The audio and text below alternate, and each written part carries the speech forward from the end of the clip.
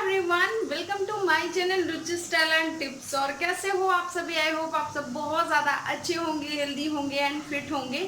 तो आज के वीडियो में मैं शेयर करने वाली हूँ अपने घर में छठ पूजा, हल छठ की पूजा कैसे होती है, तो वो सारा प्रोसेस दिखाऊंगी मैं। और सबसे पहले दिखा देती हूँ, इस तरफ मैंने सब्जी छौंक दी है और ये सब्जी पकने वाली है, तो इसको क्या करेंगे अभी मतलब निकाल के रख लेना है। और अभी मैं जा रही हूँ पूजा करने, तो फिर पूजा करके आती हूँ और आप लोगों से मिलती हूँ। तैयार हो गई हूँ मैं, ये वाली साड़ी मैंने पहनी है और इस साड़ी का भी पूरा लुक मैं बाद में आप लोगों को दिखाऊंगी।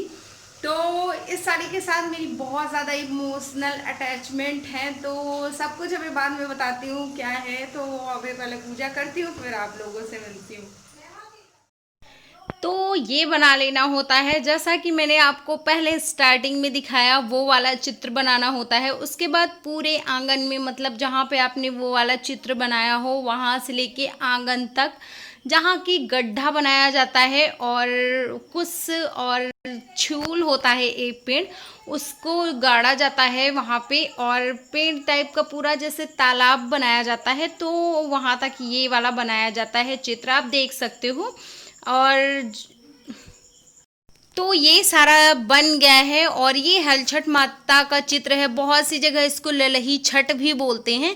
तो ये सब कुछ बढ़िया अच्छे से सजा दिया गया है, रंग सिंदूर काजल लगा के। और ये नीचे रखा गया है, पूजा की तैयारी की गई है, जिसमें कि कलश है और बत्ती है। एक बत्ती है जो कि सरसों की तेल की है और दूसरी घी से। तो ये ऐपन बना है। ऐपन मतलब होता है पीठा, भी बहुत सी जगह बोलते हैं इसको। तो आटे से और हल्दी से बनाया जाता है। ये दोने हैं, दोने में पूजा किया जाता है, वो अब आगे आपको दिखाऊंगी। और फूल वगैरह, मतलब कि पूजा का जितना सामान होता है वो सब कुछ है। ये है मिट्टी के कुल्हड़, जो कि मेरी ननद के घर चढ़ते हैं, हमारे यहाँ नहीं चढ़ते हैं, लेकिन उसके यहाँ चढ़ते हैं। तो ये सब कुछ है। पूजा हम लोगों ने स्टार्ट कर दिया है। और जैसा कि इसमें सिंदूर चढ़ाया जाता है, मतलब सिंदूर लगाना होता है, तो ये यहाँ नीचे 7 चित्र बने हुए हैं और पुतले हैं, तो इन पुतलों को लगाना है। उसके बाद हल छठ माता को मांग में सिंदूर भरना है, जो कि मैं भर रही हूँ, और बाकी सारी जगह मैं लगा दूंगी। तो हम लोगों ने फूल और सिंदूर वगैरह सब कुछ लगा दिया है।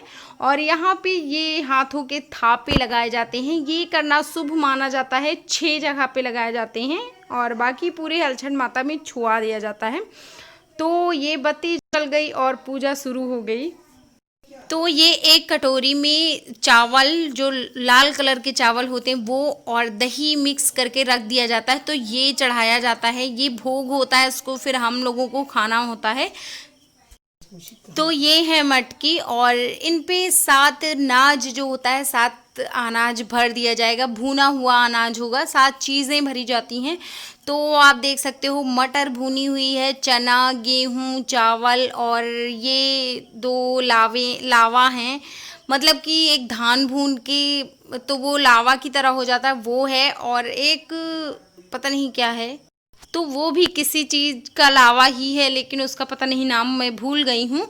तो ये सारी पूड़ियाँ बनाई गई हैं और इनको रख दिया गया है, और ये भी भोग लगाई जाती है। मतलब सबके यहाँ का अलग अलग होता है, किसी के यहाँ 1 किलो आटे की पूड़ियाँ बनती हैं, किसी के यहाँ 1.5 किलो की, तो इस तरह होता है। और मेरे यहाँ 2-3 लोगों के हिसाब से बनी है। तो ये कितनी है ये तो मैं पूछना ही भूल गई थी, तो माफ़ करिएगा, लेकिन बस इतनी है।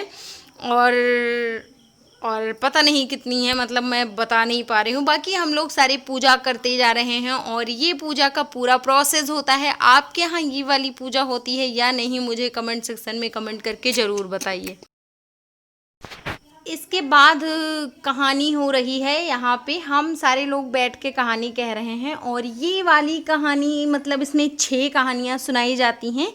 तो 6 कहानियाँ ये मम्मी को याद, कुछ मम्मी को याद रहती हैं, कुछ मुझे और कुछ मेरी ननद को। तो हम सारे लोग याद दिलाते रहते हैं एक दूसरे को। हालांकि मेरी ननद की ये पहली छठ थी, क्योंकि उसको अभी, मतलब उसका बेटा हुआ है, तो वो लेकिन पहले से सुनती थी, तो उसको भी याद रहता है, बहुत सारी चीज़ें वो भी सुनाती है। और हम लोग सारे पूजा कर रहे हैं, हमारे ज्ञानू को बड़ा इंटरेस्ट होता है सारे पूजा पाठ में। और सब कुछ जानने में तो वो भी बैठे हुए हैं, बेचारे को धुआं भी लग रहा था तो मैंने उसे बाहर भेजा। उसके बाद वहाँ पूजा करने के बाद हम लोग आते हैं बाहर, और बाहर कुछ ऐसा बनाया जाता है आप देख सकते हो। और कैसा लगा है प्लीज़ कमेंट सेक्शन में कमेंट करके मुझे ज़रूर बताना। तो ये यहाँ पे अब हम लोग पूजा करेंगे, सेम वही होता है पूजा का जैसे वहाँ पे हमने किया था, सिंदूर और आइपन वगैरह सब लगा देते हैं। तो सारी चीज़ें चढ़ाने के बाद, फूल और सिंदूर सब कुछ चढ़ाने के बाद, ये जो आप देख रहे हो सरपत, तो उसमें गांठें लगाई जाती हैं, और वो सारी गांठें लगाने के बाद फिर हमारी पूजा हो जाती है कंप्लीट। तो जो भी गलती होती है माता रानी सब माफ़ करती हैं, क्योंकि हम लोग तो उनके बच्चे हैं, गलतियाँ तो होंगी ही। तो ये आप देख सकते हो। तो जो तालाब बनाया जाता है उसमें होता है पानी, और उसी पानी से मुंह धुला जाता है अपने बच्चे का, मतलब जिनके जो बच्चे हैं। मैंने ज्ञानू का धुला और मिश्रा जी का मम्मी ने, और निशा ने अपने बेटे का। तो ये यहाँ पे इसको धुल देना होता है, फिर धुलने के बाद पोंछना होता है। और ये धुला नहीं रहा था, कह रहा मिट्टी लग जाएगी। अभी पूजा हो चुकी है, और पूजा वूजा करके अब कुछ पेट पूजा होगी, क्योंकि भगवान की पूजा तो कर लिया है। तो आज ये वाले चावल बनेंगे लाल कलर के, आपको दिख रहे होंगे आई थिंक। तो ये वाले चावल बनेंगे, और इन चावल को खाया जाएगा दही के साथ, दूध के साथ, और नमक भी ले सकते हैं। तो उन सारी चीज़ों को लेंगे जो कि वहाँ पे नहीं होंगी, मतलब कि जो जोता गया हो और बोया गया हो वहाँ से नहीं बनी होंगी, वो मैं उन सारी चीज़ों के साथ इनको खा सकते हैं। चीनी नहीं खा सकते हैं, और गुड़ नहीं खाया जाता, क्योंकि गुड़ और चीनी गन्ने से बनता है, और गन्ना जोता और बोया दोनों जाता है, तो इसलिए।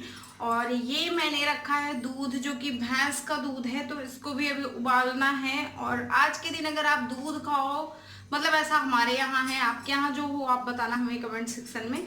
तो आज के दिन अगर आप दूध खाते हो तो वो गाय का भैंस का होना चाहिए, गाय का नहीं होना चाहिए। पूजा जो करते हैं दही की, वो भी भैंस का दूध होना चाहिए। तो मैंने मंगवा के कल दही बना लिया था, क्योंकि बाहर का दही आएगा तो कोई श्योर नहीं रहता ना कि कुछ मिलावट हो, मान लो गाय का मिल गया हो, इसलिए तो दही जमा के रख लिया था।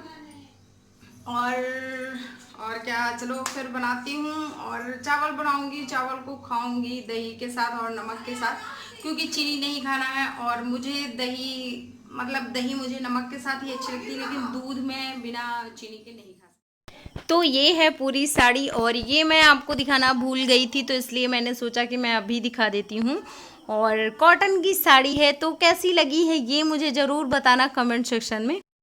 तो ये है चावल, और इसको अच्छे से धुल लेना है, उसके बाद चढ़ा देना है, और फिर ये पक जाएंगे। पकने में थोड़ा सा टाइम लेते हैं, तो और पानी भी इसमें ज़्यादा डाला जाता है जो हम डेली चावल बनाते हैं उनकी अपेक्षा।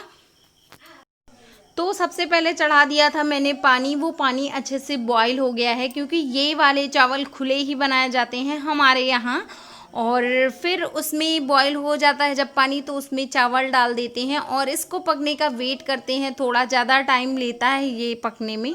तो वो सारा काम निपट गया है, और पूजा वगैरह सब हो गई, हम लोगों ने खाना खा लिया। तो मैंने सोचा कि जो बता देती हूँ इस साड़ी से मेरी क्या यादें जुड़ी हैं उसको। तो उससे पहले सब मैं बता दूं आपको कि ये वाली जो पूजा होती है बहुरा चौथ के तीसरे दिन होती है।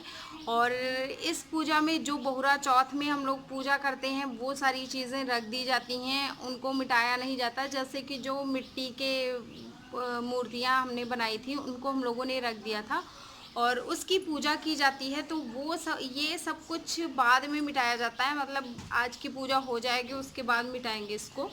और फिर क्या होता है कि जैसे हाँ, तो अब बात करते हैं यादों से जुड़ी हुई कि क्या चीज़ है जो इस साड़ी से मेरी यादें जुड़ी हुई हैं। तो ये साड़ी मेरी मम्मी की है, मेरी ये साड़ी नहीं है, ये साड़ी मम्मी की है। तो इसको मैं लेके आई थी, क्योंकि जब कभी मैं बहुत ज़्यादा इमोशनल होती हूँ, बहुत ज़्यादा मुझे रोना आता है ना, तो ये साड़ी मैं या तो पहन लेती हूँ, या तो फिर मैं इसको अपने पास रख के इसको खूब तेज से चिपका लेती हूँ, और मुझे ऐसा लगता है जैसा मेरी मम्मी मेरे साथ हों। तो इसलिए ये वाली साड़ी मैं लेके आई थी मम्मी की। लेकिन अभी मैं पहनती भी हूँ। कॉटन है तो मम्मी मेरी कॉटन ही पहनती हैं, क्योंकि आप लोगों ने देखा होगा मुझे ये वाली बहुत ज़्यादा मजबूत बनाती है जब भी मैं इमोशनल होती हूँ तब। और जब भी कुछ ऐसा होता है कि मुझे मम्मी की याद आती है या फिर मुझे मम्मी चाहिए उस टाइम पे, तो ये वाली साड़ी मुझे बहुत काम आती है। और वैसे भी कहते हैं ना कि माँ बेटी का जो रिश्ता होता है वो सबसे मतलब बहुत ही यूनिक रिश्ता होता है। माँ बेटी का ही क्यों, माँ और बच्चों का रिश्ता जो होता है वो बिना स्वार्थ के होता है। कोई भी स्वार्थ नहीं होता उनको, फिर भी वो कैसे हम लोगों के आगे पीछे करती थी। तो चलो फिर आज का व्लॉग भी यहीं पे ख़त्म करती हूँ। हाँ, होप आपको अच्छा लगा होगा। अच्छा लगा है तो प्लीज़ लाइक करना, शेयर करना फ्रेंड्स एंड फैमिली में। और मैं फिर से मिलूँगी एक बहुत अच्छे व्लॉग के साथ। तब तक के लिए बाय बाय, टेक केयर।